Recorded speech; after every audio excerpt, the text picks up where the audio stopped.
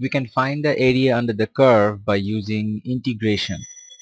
This is done by using the basic concept of slicing up the region into rectangles. First of all, what is area? Area is the flat space. So whenever we have a region, the flat space, that is area. So when we have a rectangle, the area is, this is length, this is breadth, so area equals to length into breadth. That gives us the area of a rectangle, which is the flat space covered here. So when we want to find the area under the curve, what we do is we slice it up and break this down into rectangles, many rectangles, and we add up the rectangles. Now when we add up the rectangles, that is integration. So when we want to find the total area is we take this limit from a up to this limit b, and this time it is going to be this portion, a small portion dx, that is the breadth or width of the rectangle, and this is y, the length of the rectangle, and this gives us the area, length into breadth, y into dx. So this integration symbol actually means sum of all the slices together, and that gives us the region that we get.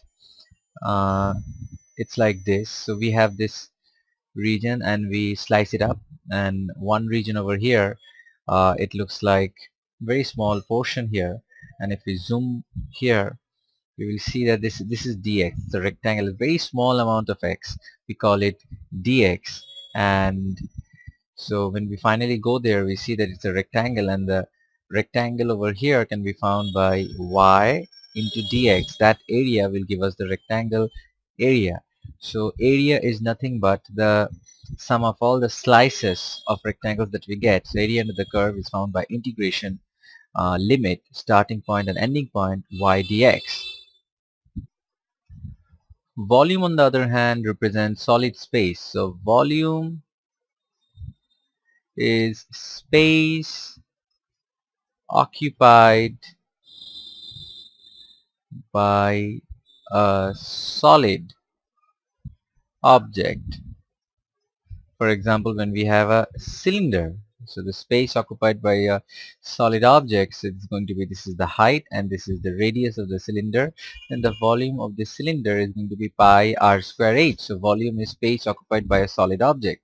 But this shaded area is not a solid object, it's a flat object. Then what happens? How do we find the volume when we have something that is a flat object? Obviously, so what we do a revolution, we rotate this around the x-axis, the entire shape, so that it turns out into some sort of a solid. So the solid solid that we find, this shape, when we rotate this around the x-axis, that shape is going to give us a solid after we rotate it, and we are finding the volume of that solid. So how do we find the volume of that solid? What we do here is we slice it up into small discs.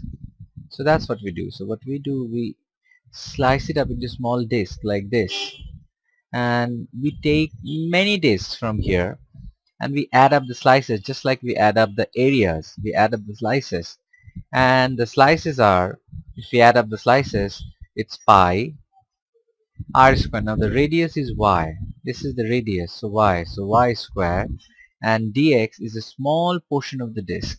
So if this is the slice, then this portion, that would be dx.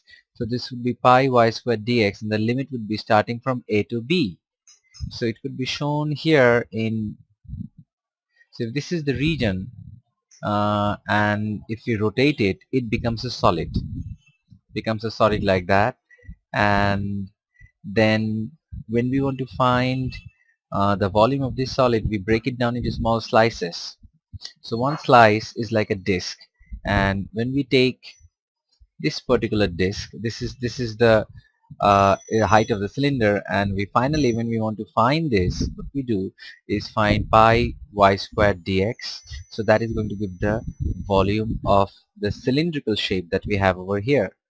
So when we want to find the volume, it is going to be the limit pi y squared dx, and it is always a solid, and we call it solid of revolution.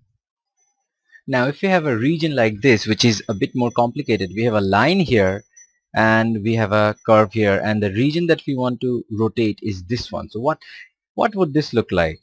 So if we had the line only like this, and if we rotate it, it would look like a cone. So this is another line, y equals to 3x. You can see that how this rotates as we take this line and rotate on the x-axis. It traces out a shape, and the shape is like a cone. So that's how the 2D shaded region is converted into a 3D solid. And if we take this curve over here, and if we rotate it, it would look like a different sort of a cone, a bit squeezed here over here. But when we take this region and we rotate it, so what it would look like? It would look like some sort of a cup where this is empty and we'll get this. So something like this. So this is the cup. This is empty here over here. So this outer covering, that is the full cone, and this inner covering is made by the curve. So this is, if you take a look over here, so it's like this some sort of a cup, right? So this is the shape that we get.